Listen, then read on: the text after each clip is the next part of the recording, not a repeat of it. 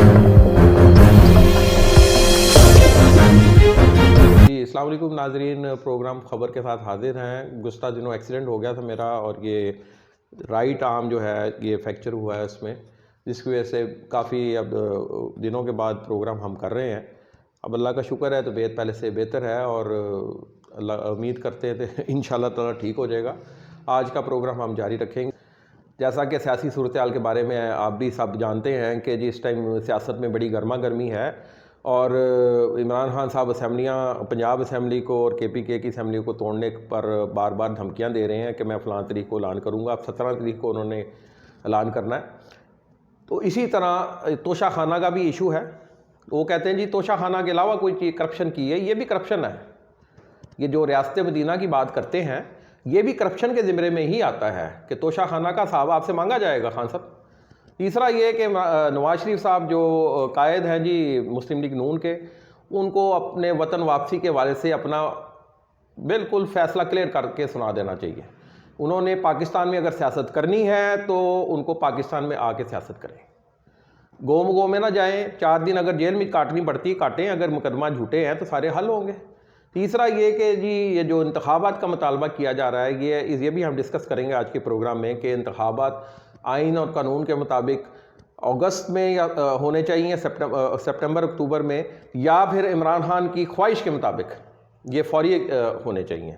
क्या हाल है इमरान खान के पास माशी मसाइल का, क्या हाल है नून लीग या पीपल्स पार्टी के पास, और ये भी हम डिस्कस करेंगे कि पेट्रोल रशिया से ले रहे हैं, ये भी फ्रॉड किया जा रहा है। इमरान खान साहब ने जिस तरह कौम से फ्रॉड किया था कि हम रशिया से पेट्रोल लेना चाह रहे थे, और इसी तरह ये जो मौजूदा हुकूमत है ये भी शायद फ्रॉड कर रही है।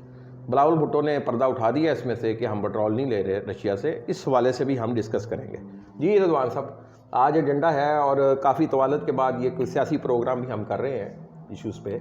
एक तो सबसे पहले ये बता दीजिएगा कि ये इमरान खान साहब जो बार बार ये असम्बलियाँ तहलील करने के बारे में मुतालबात कर रहे हैं, ये किस हद तक इनके मुतालबात हैं? देखें क्या हल है इनके पास? ये पिछले 3 माह से यही बात कर रहे हैं, इन्होंने करनी भी नहीं है। ये एंड तक खींचेंगे इन चीज़ों को, धमकियां देते रहेंगे, फिर बैकफुट पे चले जाएंगे, फिर धमकियां देंगे। कहीं ना कहीं इनके भी कहीं ना कहीं मुज़ाकरात हो रहे हैं।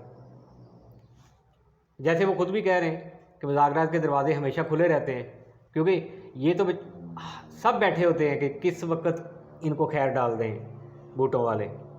जिसको डाल देंगे उनकी गवर्नमेंट बनी रहेगी। अब उनको डली हुई है ये जो कोलिशन गवर्नमेंट है, PDM, अब उनकी बनी हुई है गवर्नमेंट। देखिए जी, तहलील करना मैं तो इसको ज़ाती तौर पे समझता हूँ कि जो आइन और कानून अगर है जिसको मानते, जिस आइन के तहत खान साहब ने भी बतौर प्राइम मिनिस्टर हलफ लिया हुआ है, उसमें 5 साल की मुद्दत लिखी हुई है वाज़ह तौर पे, यानी उसमें तौसीह भी हो सकती है कि अगर चाहे तो पार्लियामेंट चाहे तो। आप पार्लियामेंट का क्योंकि ख़ुद ज़ाती तौर पर कौमी असम्बली का हिस्सा नहीं रहे, यही दावा करते हैं, तो मेरा ख्याल तो यही है कि इंतखाबात अपने शेड्यूल टाइम के मुताबिक होने चाहिए और नून लीग भी एक्सपोज होनी चाहिए, और पीपल्स पार्टी जो बाकी इत्तेहादी जमातें हैं जिनकी हुकूमत है, ये भी माशी तौर पर पाकिस्तान को अभी अपने पाँव पे खड़ा करने में नाकाम रहे हैं।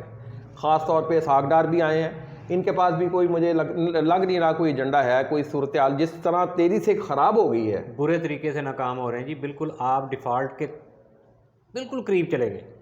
मैं बिल्कुल सही कह रहे हैं। और दूसरा रिजवान साहब, इनके पास खान साहब के पास माशी मसाइल का कोई हल, और आपको मैं एक मजे की इनके पास भी कोई हल नहीं है। ये जानबूझ के नहीं कर रहे, ये जानबूझ के नहीं कर रहे। ये लोग चाह रहे हैं कि हमें गवर्नमेंट मिले अगली 5 साल की, ये साल सब इसी तरह रो के गुजार लेंगे ये लोग।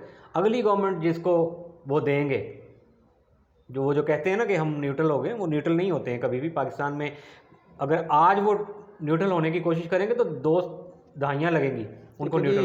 2 दहाइयाँ लगे या 3 लगे, वो तो वो नहीं होंगे, कभी भी नहीं होंगे। पाकिस्तान का जो महल्ले वकूफ़ है वो इस तरह का है कि वो हो भी नहीं सकते इतनी आसानी से। चलेंगे, ये चीज़ तो हम डिस्कस कर। बहरहाल ये लोग नहीं कर रहे, जानबूझ के नहीं कर रहे। ये कर सकते हैं, बहुत सारी चीज़ें कर सकते हैं। मैं तो आप हल क्या है जी इसका, माशी मसाइल का क्या हल है, बताएं ज़रा, इनको किस तरह बेहतर किया जाए? इसका हल बड़ा बेहतरीन है कि आप हर तरह की इंपोर्ट्स के ऊपर कुछ अरसे के लिए पाबंदी लगा दें। आपका इंपोर्ट और एक्सपोर्ट का डेफिसिट ही बहुत बढ़ता जा रहा है। आपके यहाँ मल्टीनेशनल कंपनीज हैं जो कुछ प्रोडक्ट यहाँ पे बना रही हैं, सिमिलर सेम प्रोडक्ट वो इंपोर्ट कर रही हैं, क्यों कर रही हैं, क्यों परमिशन दे रहे हैं आप? इस पे तो रिजवान साहब एक अलग प्रोग्राम बनता है, ये काफ़ी जो अहम इशू है इंपोर्ट का, एक्सपोर्ट्स का। और जो गैर मैं आपको एक बात बताऊँ, आपको डिस्टेबलाइज करने में ये मल्टीनेशनल कंपनीज बड़ा रोल प्ले करती हैं।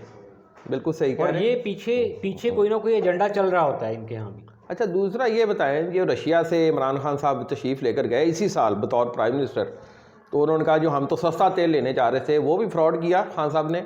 और ये जो अब गवर्नमेंट कर रही है कि जी मौजूदा हुकूमत के हम रशिया से तेल, मुसद्दक मलिक साहब गए रशिया के दौरा, बड़ा हमारा कामयाब रहा। तो अब बिलावल भुट्टो ने 2 दिन कबल ये कल प्रेस कॉन्फ्रेंस की अमेरिका में, जिसमें उन्होंने वादा किया कि हम रशिया से तेल नहीं ले रहे। पहले तो ये वजह मैंने बताएं। 14 तारीख की एक्सप्रेस ट्रिब्यून के ऊपर पढ़ी है सागडार साहब की कि हम जी रशिया से फ्यूल ले रहे हैं सस्ता। झूठ बोलते हैं ये सब। रशिया से फ्यूल ये ले सकते ही नहीं है किसी भी सूरत। उसकी वजह ये है कि अगर आज आप उनके साथ कोई एग्रीमेंट करेंगे, प्लानिंग करेंगे, तो आपको 3, 4, 5 साल लगेंगे उनसे फ्यूल लेने के लिए, इसलिए कि आपके पास रिफाइनरीज ही नहीं है जो रशियन ऑयल को रिफाइन करेंगी। आपके पास जितनी रिफाइनरीज लगी हुई हैं वो अरेबियन ऑयल के लिए लगी हुई हैं। ठीक है, आप लोगों को झूठ बोल के बता रहे हैं। आप बता क्यों नहीं सच बोलते ये लोग? मुझे समझ नहीं आती कि यानी पूरी कौम को बेवकूफ़ बनाया हुआ है इन लोगों ने। आप क्यों जा रहे हैं रशिया तेल लेने के लिए? आपके साथ ईरान बैठा, वहाँ से क्यों नहीं लेते हैं आप? 14 रुपये लीटर वो देने को तैयार है आपको, आप लेते क्यों नहीं है? सस्ती गैस देने के लिए सस्ती गैस देने को तैयार है। आप कहें हम भूखे मर रहे हैं जी, ये रोटी पड़ी है, हम क्यों ना खाएं?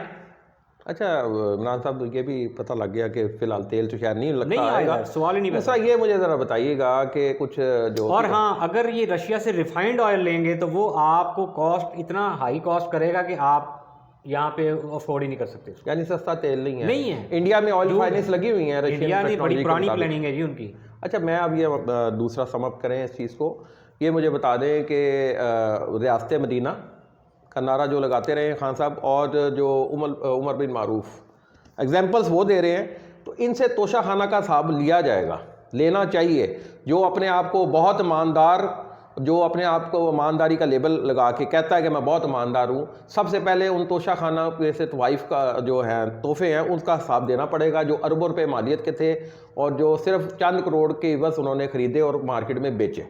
इस पे ज़रा आप क्या आपके कमेंट्स होंगे? देखें, चोरी 1 रुपये की भी है, चोरी 1 लाख की भी है। आप ये नहीं कह सकते कि जी उसने, देखें उनको भी देखें जी, उसने तो ये किया था, मैंने तो सिर्फ इतना सा किया है। आप ये नहीं कह सकते, ये कह के आप जान नहीं छुड़ा सकते, इसलिए कि आपने रियासत मदीना का नारा लगाया था। और रियासत मदीना, देखें ये लोग हमेशा रिलीजन को इस्तेमाल करते रहे। कभी इन्होंने लिसानियत को इस्तेमाल किया, कभी इन्होंने सुबाइयत को इस्तेमाल किया, कभी रिलीजन को इस्तेमाल किया।